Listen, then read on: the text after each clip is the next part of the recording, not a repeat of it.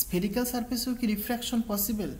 আমরা তো সাধারণত প্লেন সারফেসে রিফ্লেকশন এবং রিফ্র্যাকশন দেখেছিলাম এবং আমরা স্ফেরিক্যাল সারফেসে রিফ্লেকশন দেখেছিলাম। তাহলে স্ফেরিক্যাল সারফেসে রিফ্র্যাকশন কি পসিবল? আজকে আমি সেই সব জিনিস নিয়ে আলোচনা করব। So hello everyone. সো দেখো, আমি এখানে কয়েকটা স্ফেরিক্যাল সারফেস কনসিডার করেছি। তোমরা সবাই জানো, এরকম যদি আমি কার্ভ ড্র করি এবং এদিকে যদি আমি শ্যাডেড করে দিতাম, মানে কোটেড করে দিতাম, তাহলে এই যে সারফেসটা হতো, সারফেসটাকে বলতাম আমরা কনভেক্স সারফেস। তাহলে এইখানে তুমি ইমাজিন করবে, এই কনভেক্সের ভেতরে যদি অবজেক্ট থাকে তাহলে এই সারফেসটা কি কনকেভ সারফেস। আর যদি এরকম হয়, মানে অবজেক্টটা যদি এই কনভেক্সের অপোজিটে হয়, তাহলে সেটাকে বলবো তুমি কনভেক্স সারফেস। ওকে, তাহলে এই কনকেভ সারফেসের দেখো আমি এখানে অবজেক্ট রেখেছি, এটা তোমার সেন্টার। তাহলে এই অবজেক্ট থেকে একটা রশ্মি পাঠালাম আমি, তাহলে এই সারফেসে একটা পয়েন্টে পড়লো, সেই পয়েন্টে তুমি নর্মাল ড্র করবে, সেই নর্মালটা কোথা দিয়ে যাবে? সেন্টার দিয়ে যাবে। তাহলে এটাই কি আমার অভিলম্ব হবে। ওকে, এবার আমি একটা জিনিস কনসিডার করেছি যে এই দিকের মিডিয়ামটা তোমার μ1, যা রিফ্র্যাক্টিভ ইন্ডেক্স μ1, এটা লঘু মাধ্যম, আর ডান দিকের মিডিয়ামটা তোমার μ2। ঠিক আছে, এটা তোমার ঘন মাধ্যম, এই রিফ্র্যাক্টিভ ইন্ডেক্স μ2। এবার আমি বলে দিয়েছি এখানটা যে μ1 লেস দেন μ2, তাহলে বুঝতেই পারছো এদিকটা লঘু এদিকটা ঘন। ক্লিয়ার হয়েছে? তাহলে যখন তুমি রশ্মি ফেলবে তখনই কি হবে? এই রিফ্র্যাকশন হবে, এবং যে রিফ্র্যাক্টেড রে সেটা কী হবে? অভিলম্বের দিকে চলে যাবে, কারণ লঘু মাধ্যম থেকে ঘন মাধ্যমে তুমি রশ্মি ফেলেছো, তাহলে তুমি অভিলম্ব ড্র করেছো। এবার তুমি দেখতেই পাচ্ছ এটা তোমার ইনসিডেন্ট অ্যাঙ্গেল, এখান থেকে আমার কী হবে? রিফ্র্যাক্টেড অ্যাঙ্গেল, এবং যে রিফ্র্যাক্টেড রেটা সেটা কি অভিলম্বের দিকে চলে গেছে। বুঝতে পারলে? তাহলে এইদিকে চলে গেছে। তাহলে তুমি যখন এখানে চোখ রেখে দেখছো, এখানে যখন তুমি চোখ রেখে দেখছো, তখন তোমার কি মনে হচ্ছে? যে রশ্মিটা এইখান থেকে বেরিয়ে আসছে। তাহলে ইমেজটা কি এইখানে ফর্ম করলো। তাহলে এই ইমেজটাকে তুমি পর্দায় ফেলতে পারবে না, তাহলে এই ইমেজটাকে বলা হয় ভার্চুয়াল ইমেজ। বুঝতে পারলে? এরকমই আরেকটা কেস করলাম, এবং আমি কি বললাম দেখো, বাঁদিকের মিডিয়ামটা ঘন মিডিয়াম এবং ডান দিকের মিডিয়ামটা তোমার লঘু মিডিয়াম। ঠিক আছে, এই রিফ্র্যাক্টিভ ইন্ডেক্স μ1, এদিকে রিফ্র্যাক্টিভ ইন্ডেক্স μ2। এখানে আমি বললাম μ1 ইজ গ্রেটার দ্যান μ2। সাপোজ এইখানে তুমি এখানে তুমি অবজেক্ট রেখেছো, তাহলে এই রশ্মি গেল, তাহলে এই পয়েন্টে তুমি অভিলম্ব ড্র করলে। এবার যেহেতু ঘন মাধ্যম থেকে লঘু মাধ্যমে যাচ্ছে, তাহলে কি হবে? অভিলম্ব থেকে দূরে সরে যাবে। তাহলে দূরে সরে গেল, তুমি যদি এখানে চোখ রাখো, তোমার চোখ কি মনে করবে? যেন রশ্মিটা এইখান থেকে বেরিয়ে আসছে, মানে এইখানে তোমার ইমেজ ফর্ম করলো। তাহলে এই ইমেজটা কি image? Virtual image. Okay, similarly আমি কি করেছি, এখানে দেখো বাদিকটাকে লঘু রেখেছি, ঘন রেখেছি, ডান দিকটাকে আমি লঘু রেখেছি, μ1 ইজ গ্রেটার দ্যান μ2। তাহলে অবজেক্টটাকে আমি একটুখানি দূরে রেখেছি। এখান থেকে রশ্মি ফেললাম, যে পয়েন্টে পড়লো সেই পয়েন্টে তুমি অভিলম্ব ড্র করে নাও সেন্টার দিয়ে। তাহলে কি হবে? যেহেতু ঘন মাধ্যম থেকে লঘু মাধ্যমে রশ্মি যাচ্ছে, তাহলে কি অভিলম্ব থেকে দূরে সরে যাবে। তুমি এখানে দেখতেই পাচ্ছ অ্যাঙ্গেলটা কম বেশি রয়েছে, তাই তো? তাহলে রশ্মিটা দেখো এইখানে এসে মিলিত হলো, তাহলে এটা কি প্রিন্সিপাল অ্যাক্সিস। তাহলে প্রিন্সিপাল অ্যাক্সিস যেখানে মিলিত হবে সেখানে কি ইমেজ ফর্ম করবে, তাহলে এইখানে ইমেজ ফর্ম করবে। তুমি যদি এখানে একটা পর্দা রাখো, তাহলে পর্দায় কিন্তু ইমেজটা ফর্ম হবে। তাহলে এই ইমেজটা হচ্ছে তোমার রিয়েল ইমেজ। বুঝতে পারলে? এবার আমি যদি কনভেক্স সারফেসের দেখি, তাহলে কি হবে? দেখো, কনভেক্স সারফেস নিলাম আমি একটা, বাদিকে অবজেক্ট রাখলাম, রশ্মি ছাড়লাম, রশ্মি এই পয়েন্টে এসে পড়লো, এই পয়েন্টে কি আমি একটা অভিলম্ব ড্র করলাম থ্রু তোমার সি, সেন্টার অফ কার্ভেচার। এবার আমি বলছি যে বাদিকের মিডিয়ামটা লঘু, ডান দিকেরটা ঘন, কারণ μ1 ইজ লেস দ্যান μ2, মানে এই দিকটা বেশি।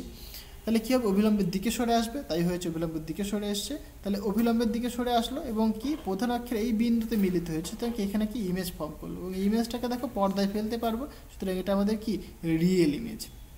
ওকে, এবার আমি কি করলাম? বাদিকের মিডিয়ামটাকে আমি ঘন করলাম, ডান দিকের মিডিয়ামটাকে আমি লঘু করলাম। দেখো μ1 ইজ গ্রেটার দ্যান μ2। তাহলে এখানে অবজেক্ট রয়েছে, রশ্মি ছাড়লাম, তাহলে যেহেতু ঘন মিডিয়াম থেকে লঘু মিডিয়ামে যাচ্ছে, তাহলে রশ্মি কী হবে? অভিলম্ব থেকে দূরে সরে যাবে, দূরে সরে গেল। তুমি যদি চোখ এখানে রাখো, তাহলে তোমার চোখ কী মনে করবে? রশ্মিটা এইখান থেকে বেরিয়ে আসছে, সুতরাং এখানে একটা কি ইমেজ উৎপন্ন করলো। তাহলে এই ইমেজটা হচ্ছে তোমার কি ভার্চুয়াল ইমেজ, এটাকে তুমি পর্দায় ফেলতে পারবে না। বুঝতে পারলে?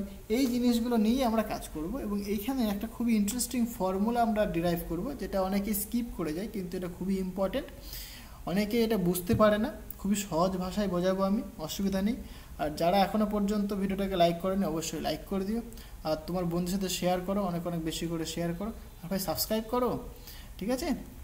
তো দেখো আমি দুটো কেস করবো এখানটায়, মেনলি তুমি 4টে কেস করতে পারো, আমি বলে দেবো, অসুবিধা নেই। একটা কনকেভ সারফেসের জন্য করব আমি একটা, আর একটা কনভেক্স সারফেসের জন্য করব আমি, ওকে। এবং মিডিয়ামের হেরফের তুমি করতে পারো, মানে আমি এখানে যেরকম কনকেভ সারফেসে প্রথমে কনসিডার করেছি বাঁদিকের মিডিয়ামটা লঘু, ডান দিকের মিডিয়ামটা ঘন, তুমি এটাকে রিভার্স করতে পারো, সেটা করে তুমি একটা করতে পারো। সেটা আমি করে দেখাইনি, আমি যে কোনো একটা করেছি, বাঁদিকটাকে লঘু রেখেছি, ডান দিকটাকে ঘন রেখেছি, এখান থেকে তুমি দেখতে পাচ্ছ, ওকে। সো দেখো এখানে একটা অবজেক্ট রেখেছি, এই বিন্দুতে সে পড়লো, এখানে তুমি অভিলম্ব ড্র করলে, যেহেতু বাঁদিকটা লঘু ডান দিকটা ঘন, সুতরাং কি অভিলম্বের দিকে সরে যাবে, তাই হয়েছে। এবং তুমি যদি এখানে চোখ রাখো, তোমার চোখ কি মনে করো, কারণ এখান থেকে রশ্মিটা বেরিয়ে আসছে, সুতরাং এখানে তোমার ইমেজ ফর্ম করলো, ওকে। তাহলে যে ইনসিডেন্ট অ্যাঙ্গেল সেটা কত, আই, এটা তোমার ইনসিডেন্ট অ্যাঙ্গেল দেখতে পাচ্ছ এখানে, আর এটা তোমার রিফ্র্যাক্টেড অ্যাঙ্গেল। আর এই যে সেন্টার, মানে সেন্টারের থ্রু দিয়ে যে লম্বটা ড্র করেছি আমি, সেটা কি প্রধান অক্ষের সঙ্গে একটা অ্যাঙ্গেল করেছে, সাপোজ সেটা কনসিডার করলাম থিটা। এইখানে আমরা একটা কনসিডার করবো, সেটা কি সমস্ত রশ্মি কিন্তু প্যারাক্সিয়াল রে হবে। প্যারাক্সিয়াল রে মানে কি এ পয়েন্ট আর পি পয়েন্ট খুবই কাছাকাছি, তাহলে আমি বলতেই পারবো যে ও এ আর ও পি সেম, বুঝতে পারলে, মানে এ আর পি কি একদম কাছাকাছি, ওকে। এবার আমি এ পয়েন্টে স্নেলের সূত্রে অ্যাপ্লাই করে দিই, তাহলে বাঁদিকের মিডিয়ামটা রিফ্র্যাক্টিভ ইন্ডেক্স কত, μ1, ডান দিকটা কত, μ2, সুতরাং μ1 ইন্টু সাইন আই তোমাদের বলেছিলাম ইকুয়াল টু μ2 ইন্টু সাইন আর হবে, সেটা আমি লিখে দিলাম এখানটায়, ওকে। এইবার একটা ইন্টারেস্টিং জিনিস করছি, সেটা কি, এই যে সাইন থিটা, মানে থিটা এর সাইন অ্যাঙ্গেল দিয়ে বোথ সাইডে ভাগ করে দিলাম, দেখতে পাচ্ছ এখানে ভাগ করে দিয়েছি আমি, ওকে। এইবার এখানে sine I by sine theta হয়েছে, এখানে sine R by sine theta হয়েছে। এইখানে একটা জিনিস জানতে হবে, যেটা ম্যাথামেটিক্সে করানো হয়ে থাকে, তোমরা হয়তো শিখবে বা শিখেছো অলরেডি। তুমি যদি একটা ট্রায়াঙ্গেল কনসিডার করো, ট্রায়াঙ্গেলের সাপোজ এটা এ অ্যাঙ্গেল, এটা বি অ্যাঙ্গেল, এটা সি অ্যাঙ্গেল, এবং এ অ্যাঙ্গেলের অপোজিট যে আর্মটা বা বাহুটা সেটা তোমার হচ্ছে গিয়ে এ, আর বি এর অপোজিট বাহুটাকে সাপোজ আমি কনসিডার করেছি স্মল বি, সি এর অপোজিট বাহুটাকে আমি কনসিডার করেছি স্মল সি, মানে লেন্থ, ওকে। একটা সূত্র বলে sine A divided by A equal to sine B divided by B equal to sine C divided by C, এটা। এবার তুমি যদি যে কোনো দুটো কনসিডার করো, সাপোজ আমি বলছি এই দুটো যদি আমি কনসিডার করি, তাহলে আমি কী লিখতে পারি, sine A by A equal to sine B by B, তাহলে সাইন এ বাই বি মানে sine A by sine B equal to A by B লিখতে পারি আমরা, রাইট। তার মানে কি, sine A divided by sine B equal to কী লিখলাম আমরা, এ বাই বি, বুঝতে পারলে। এইখানে আমরা সেই জিনিসটা অ্যাপ্লাই করব, দেখো তাহলে সাইন আই, তাহলে এর অপোজিট বাহু কোনটা, ও সি, সাইন থিটা এর অপোজিট বাহু কোনটা, ও এ, তাহলে ও সি বাই ও এ লিখবো আমরা, সিম্পল, কোনো ব্যাপার নেই, ওকে। এবার দেখো এখানে sine R by sine theta রয়েছে, তাহলে সাইন আর এইটুকুনি তো আর, এইটুকুনি আর, তাহলে এর অপোজিট বাহু কোনটা, এইটা, তাহলে এইটুকুনি আমার আর হবে, বুঝতে পারলে। তাহলে এই ট্রায়াঙ্গেলটা এবার আমি কনসিডার করবো না, এ আই সি, তাহলে এর ক্ষেত্রে দেখো সাইন আর তার অপোজিট বাহু কোনটা, আই সি, সাইন থিটা তার অপোজিট বাহু কোনটা, আই এ, তাই আমি লিখেছি এখানটায়। এবার দেখো ও সিটাকে তুমি কি লিখতে পারো, পি ও মাইনাস পিসি, ওকে। আমি পি থেকে মেজার করছি, কারণ আমরা একটা কথা সবসময় বলি, যে কোনো মানে লেন্থ মেজার হবে কোথা থেকে, মেরু থেকে, পোল থেকে, তাই জন্য আমি পিসি লিখলাম যাতে তোমাদের বুঝতে সুবিধা হয়, ওকে। সো পি ও মাইনাস পিসি, তার মানে কি তুমি ও সি পেয়ে যাচ্ছ, আর ডিভাইডেড বাই তোমার রয়েছে ও এ, দেখো ও এ মানে কোথায় আবার ওপি, কারণ এ আর পি কি খুবই কাছাকাছি যেহেতু প্যারাক্সিয়াল রে।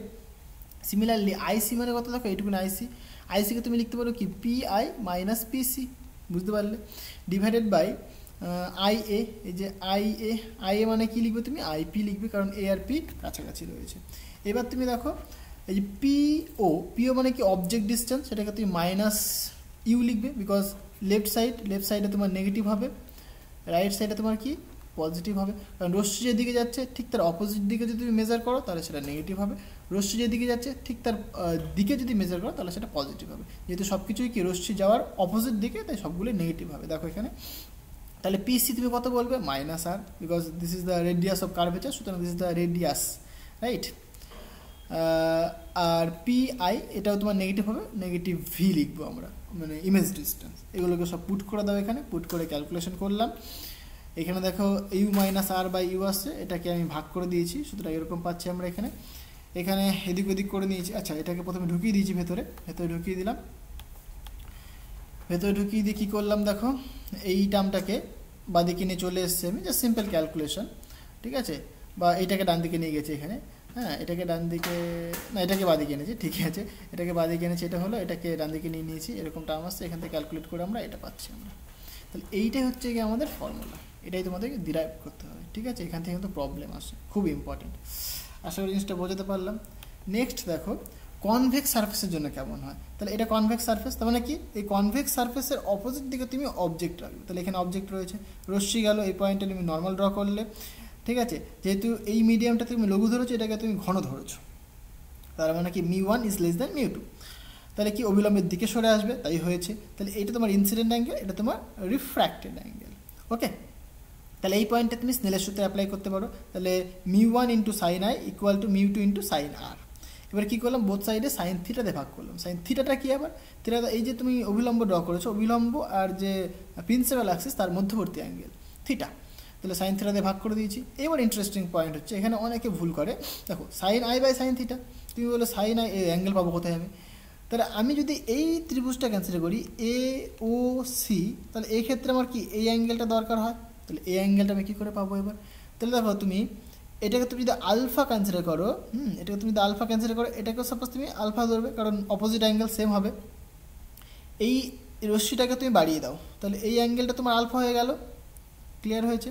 তাহলে আমি লিখতে পারি কি, দেখো alpha plus I plus alpha plus I, বুঝতে পারলে সেটা কত হবে, 360 ডিগ্রি হবে। তাহলে এইখান থেকে দেখো আমি আলফার ভ্যালু ক্যালকুলেট করলাম 180 মাইনাস আই। এবার সাইন আলফা দরকার আমার, তাহলে সাইন আলফা ইকুয়াল কি লিখবো, sine 180 minus I. Sine 180 minus I মানে কত হবে, সাইন আই। এই ফর্মুলা তোমরা জানো, তার মানে কি sine alpha equal to sine I. তাহলে সূত্র তো বাবা কী ছিল, ত্রিভুজের এই অ্যাঙ্গেল দরকার, ত্রিভুজের এই অ্যাঙ্গেলে সাইন দরকার, তাহলে এটা মানেই কত হবে, সাইন আই। মানে এখানে তুমি লিখতেই পারো সাইন আলফা, সাইন আলফা মানে কত, সাইন আই। তাহলে সেই অনুসারে আমি সূত্রটা অ্যাপ্লাই করবো। এবার দেখো তাহলে সাইন আলফা বা সাইন আই, তার অপোজিট বাহু কোনটা, ওসি, সুতরাং ওসি লিখলাম। আর সাইন থিটা, তার অপোজিট বাহু কোনটা দেখো, এ ও বা ও এ, সেটা লিখে দিলাম। Similarly sine R by sine theta লিখবো আমি, সুতরাং সাইন আর, আর দেখো এইটুকুনি অ্যাঙ্গেল আর, রাইট। তাহলে আমার এই ত্রিভুজটা দরকার এ সি আই।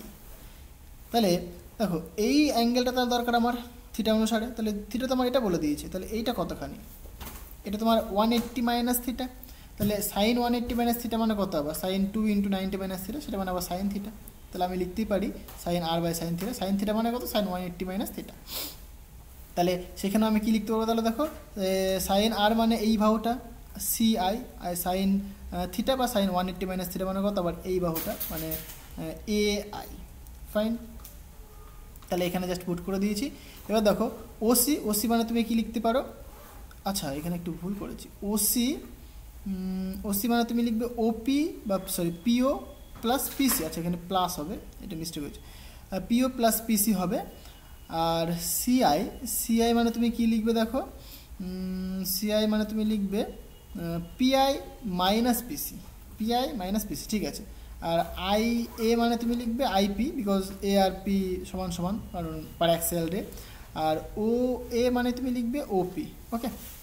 এখানে তুমি রশ্মির কনভেনশন রুল অ্যাপ্লাই করে দিয়েছো, কারণ পিও, পিও মানে তোমার দেখো রশ্মিটার কি অপোজিট দিকে যাচ্ছ তুমি, এদিকটা, সুতরাং নেগেটিভ হবে, আর এদিকটা তোমার কি পজিটিভ হবে, ওকে। তাহলে এদিকে মেজার করছো, সুতরাং মাইনাস ইউ, ডান দিকে মেজার করছো প্লাস আর প্লাস আই এবং প্লাস ভি হবে, ঠিক আছে। এগুলোকে জাস্ট পুট করে দাও। আচ্ছা এইখানে তোমার একটা জিনিস হবে, যেটা প্লাস হবে এটা, সুতরাং মাইনাস যদি তুমি কমন নাও, তাহলে এইখানে একটা মাইনাস থাকবে, ওকে। এটা হলো, তাহলে এইখানে একটা মাইনাস তুমি দাও, এটা ক্যালকুলেশন তোমরা নিজেই করতে পারো, এদিক ওদিক সব ক্যালকুলেট করো, হ্যাঁ, ওকে।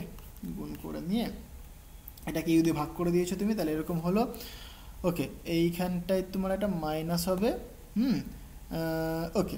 তাহলে এবার তুমি কি করেছো, ইউ ওয়ানটা তাহলে এটা মাইনাস ফর্মে রয়েছে, এটা দিকে আসলে প্লাস হয়ে গেল, আর ইউ টুটা প্লাস ছিল, এটা দিকে গেলো মাইনাস হয়ে গেলো, ঠিক আছে। তাহলে এখানে তুমি আর কমন নিয়েছো, তাহলে এইখানে তোমার একটা মাইনাস থাকছে, ক্লিয়ার হয়েছে। তাহলে এইখানে তোমার একটা মাইনাস থাকছে, মানে এইখানে তোমার একটা মাইনাস থাকছে, এটা তোমার প্লাস। তাহলে আলটিমেট যে ফর্মুলাটা এসে দাঁড়াচ্ছে এইটা। সো মিউ টু, ঠিক লিখলাম তো, mu two by v minus mu one by u equal to mu two minus mu one divided by R. So এইটা আমার কিন্তু অ্যাকচুয়াল ফর্মুলা হবে। আশা করি জিনিসটা ক্লিয়ার হয়েছে। So μ1/v sorry you minus রয়েছে, হ্যাঁ তাহলে এইটাই তোমার আনসার হবে। একদম সিম্পল, কিছুই না। এই ফর্মুলা দুটো খুবই ইম্পর্টেন্ট, পরীক্ষা আসার মতো, পরীক্ষা কিন্তু আসে, এখান থেকে একটা কিন্তু আসবেই। এইবার আর দুটো যেটা করা যেতে পারে সেটা কি, এখানে যেরকম আমি এটা ধরেছিলাম μ1 লেস দ্যান μ2, তুমি এরকম কনসিডার করে নিতে পারো μ1 ইজ গ্রেটার দ্যান μ2। এইটা হলে কি হবে, এটা তোমাদের হোমওয়ার্ক। তাহলে কনভেক্স লেন্সের জন্য হোমওয়ার্ক কি, তোমার হোমওয়ার্ক হচ্ছে তোমার যদি এরকম হয় যে μ1 গ্রেটার দ্যান μ2 তাহলে কেমন হবে। আর কনকেভ লেন্সের জন্য হোমওয়ার্ক, এটার জন্য যে হোমওয়ার্ক μ1 গ্রেটার দ্যান μ2 হলে কেমন হয়। এই দুটো করবে, করে আমাকে কমেন্ট করে জানাবে, দরকার হয় ছবি তুলে আমাকে পাঠাবে। ক্লিয়ার হয়েছে? আর তোমরা ভিডিও পুরোটা দেখবে, আশা করবো এটাই আমি। আর এই ভিডিওটা আমি টার্গেট রাখবো তোমরা সবাই 200টা ভিউজ আমাকে অন্তত দেবে। যদি 200টা ভিউজ দাও তাহলে কিন্তু আমি নেক্সট ভিডিওটা নিয়ে আসবো এবং ধামাকাদার জিনিস নিয়ে আসবো, অনেক সুন্দর এক্সপ্লেনেশন নিয়ে আসবো, অনেক কিছু নিয়ে আসবো। 200টা ভিউ, বেশি কিছু চাই না ভাই, 200টা, অনলি 200, ঠিক আছে? তো আশা করি তোমরা পারবে জিনিসটা করতে, তোমরাই তো আমার সব, তোমরা যদি দেখো তাহলে ভিউজ হবে।